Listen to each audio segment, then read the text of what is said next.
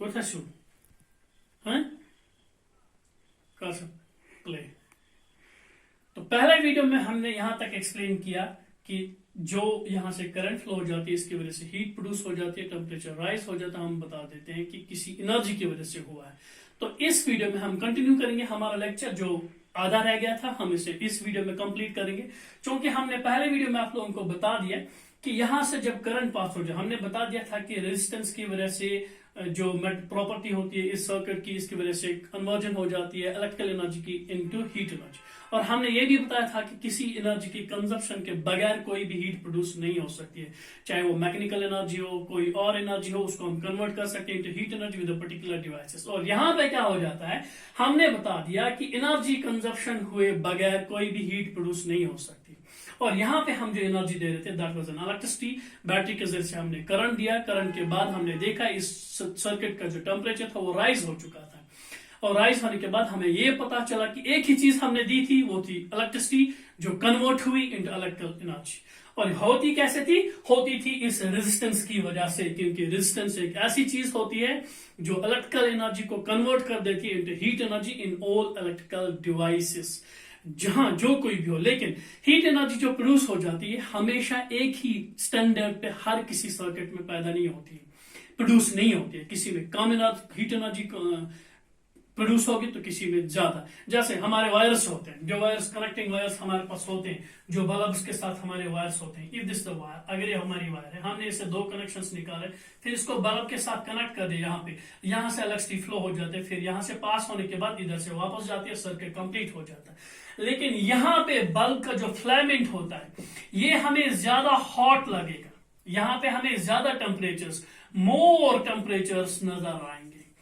लेकिन जो यहाँ वायर्स हैं, अगर हम इसे टच करेंगे, if this wire is touched by any human being, यहाँ पे लगेगा हमें जो टेम्परेचर है लो टेम्परेचर्स हमें लगेंगे, क्योंकि जो कॉपर वायर्स होती है इनकी जो प्रॉपर्टी जिसे हम रेजिस्टेंस कहते हैं, ये रेजिस्टेंस वाली प्रॉपर्टी यहाँ पे कम होती है, लेस होती है as compared to the material used in constructing this material which is called filament of the bulb. इसलिए हीट एनर्जी हमें यहां ज्यादा नजर आएगी, और इस सर्किट में जिसको हम कनेक्टिंग वायर कहेंगे यहाँ पे कम हीट एनर्जी हमें लगेगी, क्योंकि हीट एनर्जी जो प्रोड्यूस हो जाती है जब इलेक्ट्रिसिटी कन्वर्ट हो जाती है इनटू हीट एनर्जी, ये ज्यादा रेजिस्टिव वाले मटेरियल्स में ज्यादा पैदा हो जाती है और कम रेजिस्टिव वाले मटेरियल्स में कम। इट मींस हर किसी मटेरियल में ये प्रॉपर्टी रेजिस्टेंस जो होती है एक जैसी नहीं होती। ये कॉपर वायर्स में कम होती है, सिल्वर में तो और ज्यादा कम, बहुत ज्यादा कम होती है, आयरन में ये बहुत ज्यादा होती है। इसलिए आयरन के थ्रू अगर हम इलेक्ट्रिसिटी पास करना चाहेंगे तो उसमें हीट एनर्जी ज्यादा पैदा होगी।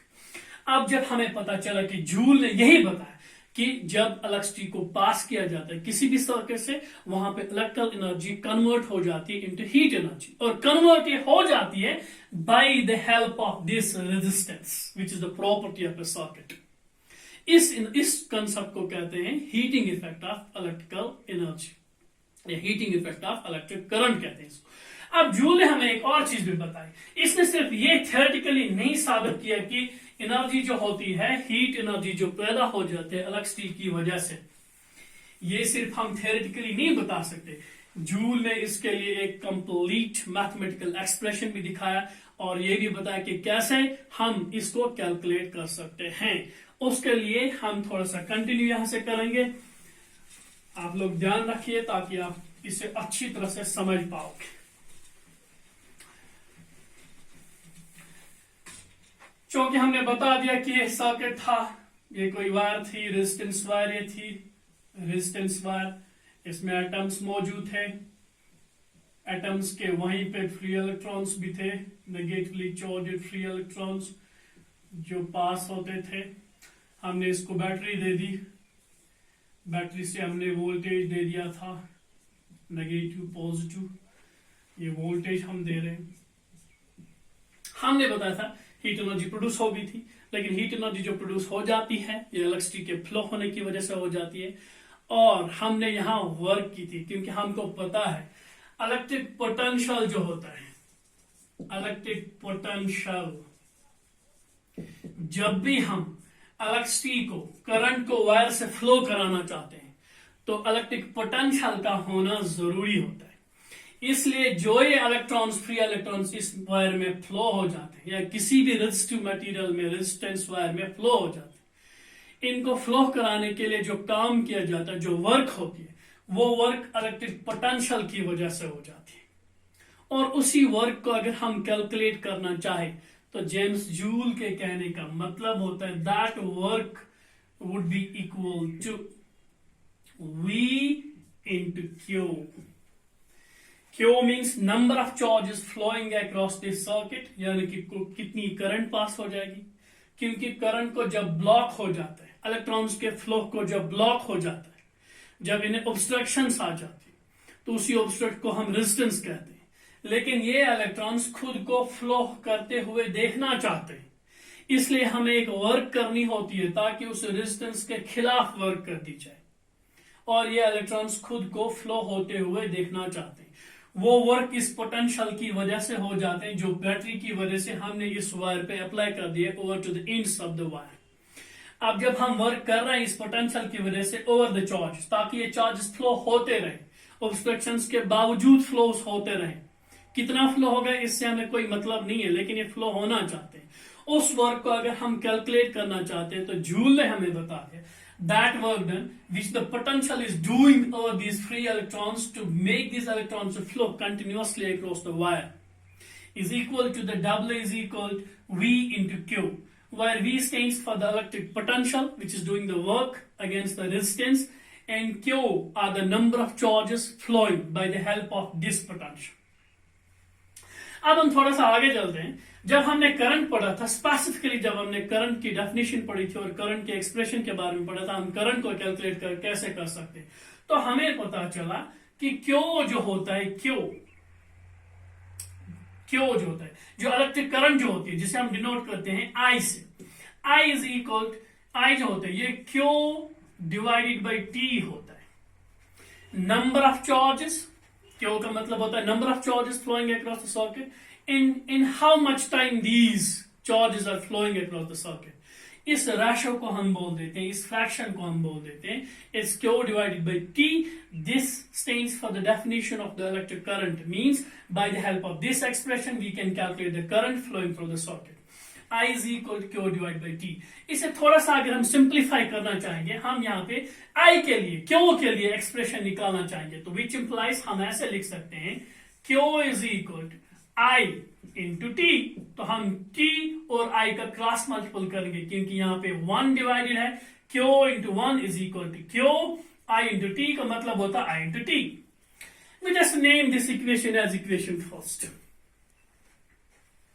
अगेन हम ये कह सकते हैं, जो ओम्स लॉ हमने पढ़ा है, हमने बता दिया था आप लोगों को, ओम्स लॉ की डेफिनेशन हमने बताई थी, उसकी एक्सप्रेशन हमने पढ़ी थी, हमने उसमें वेरिफिकेशन भी पढ़ी थी कि कैसे ओम्स लॉ को वेरीफाई किया जा सकता था।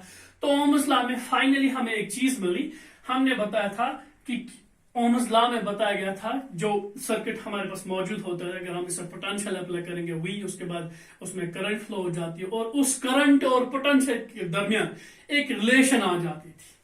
वी हमें वहां पे मिलता था, वी जब हम वहां पे कैलकुलेट करना चाहेंगे with the help of Ohm's law, तो वी बराबर होता है I into R, V is equal to I into R. Specially वहां पे क्या होता है, वी जो होता है वी डायरेक्टली प्रोपोर्शनल होता है करंट के। तो जब हम इस साइन को खत्म करना चाहते हैं तो हम लिख देते हैं इक्वालिटी, उसके बाद कांस्टेंट लगेगा R is into I, I यहीं पे रहेगा, V is equal to R, या आई आर लिख सकते एक ही बात। अगर हम इस इक्वेशन को इक्वेशन नंबर 2 लिखेंगे और इस इक्वेशन को इक्वेशन नंबर 3 लिखेंगे, फिर हम ऐसा कर सकते हैं, हम यहां पे लिख सकते हैं substitute equation 2 and 3 in equation 1।